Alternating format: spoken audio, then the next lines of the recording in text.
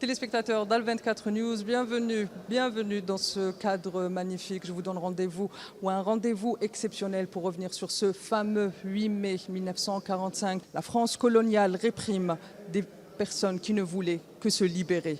Pour en parler, j'ai le plaisir aujourd'hui d'être accompagné de deux élus, Semir Slimani qui me rejoint ici et Sofiane Terchoun. Justement, on va revenir sur cette histoire commune entre l'Algérie et la France, cette histoire de mémoire, cette histoire où d'un côté, on a commencé à en guérir et de l'autre, on pense que ce n'est pas encore le moment, n'est-ce pas ? Alors bonsoir à vous, tout d'abord merci à vous pour cette invitation, c'est un honneur. On est arrivé hier, on en a plein les yeux aujourd'hui, une émotion incroyable. Commémorer les 80 ans, c'est un signe fort. L'année dernière, on souhaitait venir déjà, malheureusement ce n'est pas fait.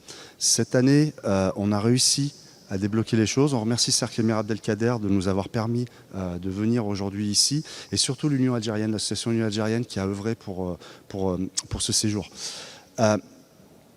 Effectivement, c'est pendant qu'un peuple, pendant qu'un continent fêtait une libération, malheureusement de l'autre côté de la Méditerranée, des massacres étaient en train d'être commis.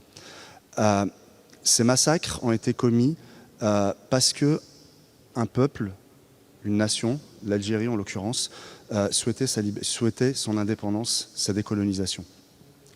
Les massacres du 8 mai 1945 à Sétif, à Khalata, à Guelma, malheureusement, de l'autre côté de la Méditerranée, en France, rien que hier, j'ai eu nos anciens chefs de cabinet. Justement, aujourd'hui, en tant que franco-algérien, quand vous parlez du 8 mai 45, parce que j'imagine que durant la plupart du temps, vous avez célébré justement la victoire contre le nazisme, on célèbre cette victoire-là, mais de l'autre côté, on a occulté cette deuxième histoire qui est aussi votre histoire. Aujourd'hui, en tant qu'élu, comment est-ce qu'on fait cette double liaison entre le fait de fêter cette victoire qui est aussi importante pour le peuple français, qui était aussi occupé, qui s'est débarrassé d'une occupation, mais aussi fêter finalement rendre hommage aux martyrs qui ont été assassinés lâchement ce fameux jour? Alors, moi, à titre personnel, comme vous avez dit, je suis élu de la République française. Je suis d'originaire d'Algérie. Je suis né ici. Je suis né dans ce pays. À chaque événement du 8 mai 1945 en France, quand on commémorait l'événement, j'avais toujours un message personnel sur ce qui s'est passé en Algérie. Parce que je pense que c'est de mon devoir de binationaux de faire en sorte que cette histoire, on puisse la transférer. Donc ce déplacement, il se veut dans un cadre de mémoire, de respect. De mémoire, comme vous l'avez dit, pour toutes les victimes qu'il y a eu pendant la Seconde Guerre mondiale du nazisme, et les victimes qu'il y a eu ici en Algérie sur le 8 mai 1945. Est-ce que finalement, on peut parler là de double standard, parce que d'un côté, on fête une victoire, mais dans l'autre, on occulte qu'on a réprimé en tant que puissance coloniale, dans un rapport de dominant à dominé, une population qui n'avait pas d'armes, en fait, finalement, pour se défendre, une population qui était là pour manifester, pour fêter aussi, dans le même moment, cette victoire contre la répression en Occident. Est-ce que finalement, cette culture du double standard est ce qui caractérise aujourd'hui les relations de la 5e République avec la diaspora algérienne et musulmane aussi, arabe et africaine? Alors, il y a des éléments de langage qui sont très importants. Parce qu'on parle souvent de guerre d'Algérie. Moi, j'ai tendance à ne pas parler de guerre de révolution. Donc, c'est deux choses différentes. Parce que quand on parle de guerre, c'est deux nations l'une contre l'autre. Et on le voit aussi aujourd'hui, ce qui se passe au Moyen-Orient, parce qu'on parle de guerre, ce n'est pas des guerres, c'est des révolutions. Ce sont des peuples qui veulent s'émanciper, qui veulent devenir libres. Donc effectivement, à un moment donné, nous, on a une volonté, et on le voit aujourd'hui, on a accompagné, effectivement, il y a beaucoup d'élus français d'origine algérienne, mais pas que dans cette délégation. Il y a des élus français qui, eux aussi, œuvrent pour cette mémoire et pour qu'on fasse passer le message que ce 8 mai 1945 qui s'est passé en Algérie, il faut que ça reste dans les annales de l'histoire. Pourquoi? Parce qu'il ne faut pas que ça se reproduise. On apprend de l'histoire, effectivement. La mémoire fait que c'est pour qu'on apprenne, mais c'est aussi pour ne pas qu'on répète. Voilà. Donc il y a une importance sidérale qui fait que il faut qu'on puisse en parler. Et malheureusement, effectivement, on occulte du côté de la Méditerranée, du côté de la France, ce qui s'est passé en Algérie. Il y a eu un travail de fond qui a été fait par notre députée Sabrina Sebhani sur le 17 octobre 1961. Il y a ce travail de fond qui va être mené pour le 8 mai 45. Moi, j'ai espoir que ça aboutisse. J'ai espoir que ça aboutisse parce que, concrètement, c'est pas culpabiliser la France. Il faut qu'elle se responsabilise sur ce qui s'est passé. Qu'elle se responsabilise. Qu'elle fasse honneur. Enfin, il faut qu'il y ait un respect pour ceux qui ont été tués et pour leurs familles. Il faut, en même temps, le fait de reconnaître fait que c'est dans nos valeurs républicaines, en fait, en réalité. Je vois que Sofiane a quelque chose à dire, il ne tient plus en place. Il a des choses à nous dire. Samir dit beaucoup de choses et c'est important. Mais d'où notamment la fierté, l'importance de dire la fierté pour des élus binationaux, mais avant tout des élus français, de redire cette fierté ici. C'est un message, je sais, pour nos compatriotes en France, qui est très important. Et moi, j'ai envie de dire qu'on fait partie de la solution en réalité. Qu'on fait partie de la solution parce qu'on a la chance d'avoir une double culture et on est aussi le fruit de cette histoire. Et il faut l'assumer. Et il faut que chacun assume effectivement cette histoire et la regarde en face. Et donc nous, effectivement, on œuvre en France pour la reconnaissance des massacres, la reconnaissance de ce crime d'État.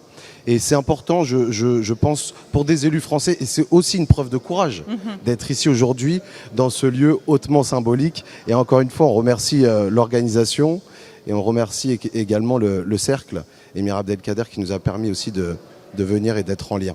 Je rappelle à nos téléspectateurs que vous êtes ici dans le cadre donc, de la commémoration des événements du 8 mai 45 ou la journée de la mémoire ici en Algérie. Vous faites partie d'une délégation qui réunit au moins 30 élus d'origine algérienne, d'origine française, et des élus français, on va dire français, qui sont ensemble dans ce travail de la mémoire. Aujourd'hui, on peut vous qualifier finalement en France de la troisième génération, de cette troisième génération, la première qui est arrivée pour reconstruire la France après justement la Deuxième Guerre mondiale, la deuxième qui a été mise de côté, marginalisée de la vie sociale, politique et économique, et puis arrive cette troisième génération qui, comme vous le disiez tout à l'heure, a réussi à s'émanciper socialement, économiquement. Finalement, quel est l'héritage de cette troisième génération aujourd'hui? On sait que la mémoire, c'est l'histoire de l'humanité. Et aujourd'hui, est-ce que le fardeau est lourd ou c'est plutôt pas un fardeau, mais comme une lampe que cette génération va porter pour éclairer le futur? Alors,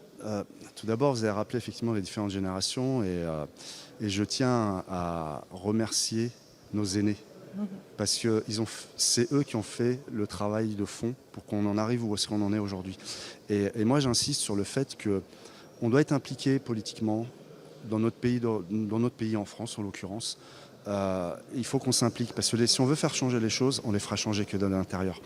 Il était inimaginable 20 ans en arrière que aujourd'hui, on puisse faire en sorte de venir célébrer les 80 ans du 8 mai 45 ici en Algérie, que des élus binationaux puissent venir. Il était inimaginable. On a eu la chance de s'émanciper professionnellement, socialement. On a une fierté pour la France aussi. C'est parce que c'est un signe d'intégration fort. C'est ce qu'il faut se dire aussi. C'est un signe d'intégration. Et on va pas se voiler la face. On est aussi quand même une fierté pour l'Algérie. Faut se dire une chose, c'est qu'il y a une histoire commune qui est très importante. On peut pas fermer les yeux sur ce qui s'est passé. Le colonialisme, ça a été très dur. 132 ans de colonialisme.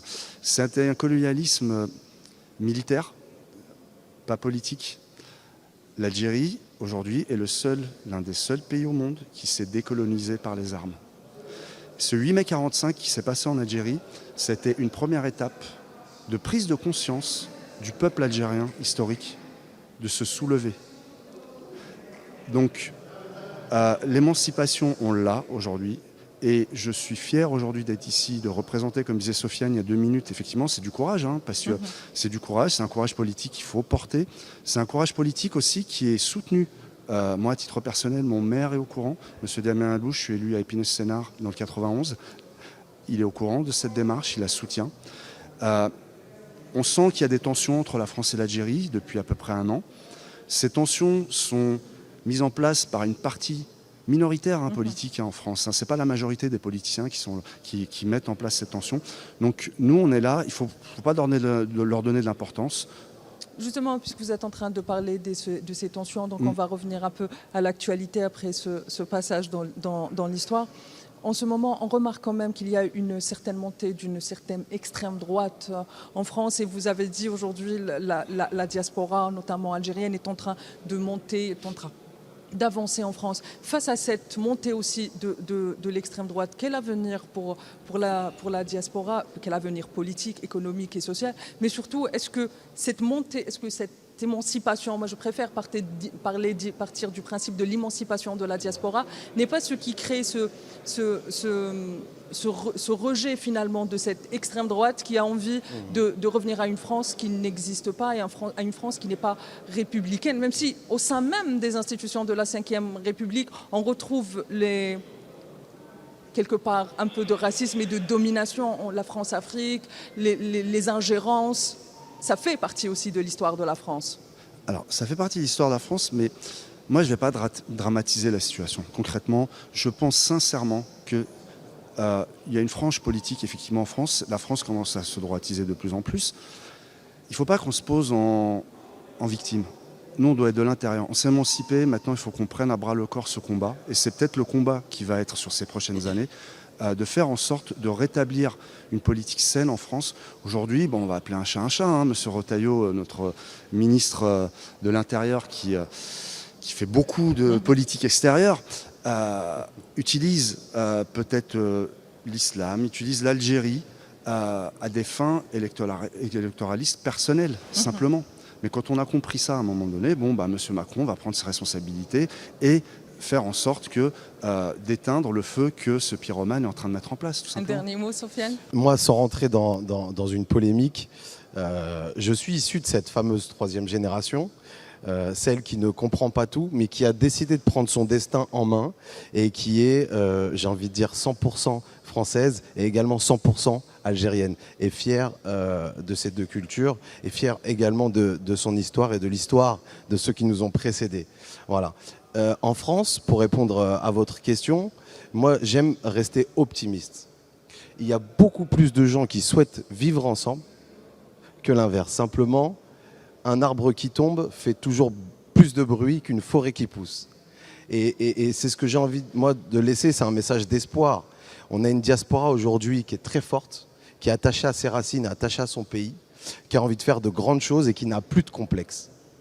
Voilà. Et cette diaspora, aujourd'hui, elle s'organise, elle a toutes les compétences. Et j'ai envie de dire, c'est elle, selon moi, qui créera les conditions d'une paix durable et d'une amitié franco-algérienne. Parce que là où des personnes que Samir a citées veulent créer des murs, nous, on souhaite créer des ponts. Et donc, c'est vraiment un message d'espoir que je voulais laisser. Donc, Tahiyat Chazayan. Alors, quand on parle de diaspora, il ne faut pas oublier une chose, c'est qu'on est quand même 6 millions de franco-algériens ou d'Algériens en France. C'est énorme. Donc, on est, comme disait tout à l'heure Sofiane, on est un élément. En fait, on est la solution, on n'est pas un problème, mais on est un élément à part entière de l'échiquier. On ne pourra pas faire sans la diaspora franco-algérienne, ce n'est pas possible. Mesdames, Messieurs, c'est sur ces notes positives que je vous dis au revoir et je vous donne rendez-vous très prochainement.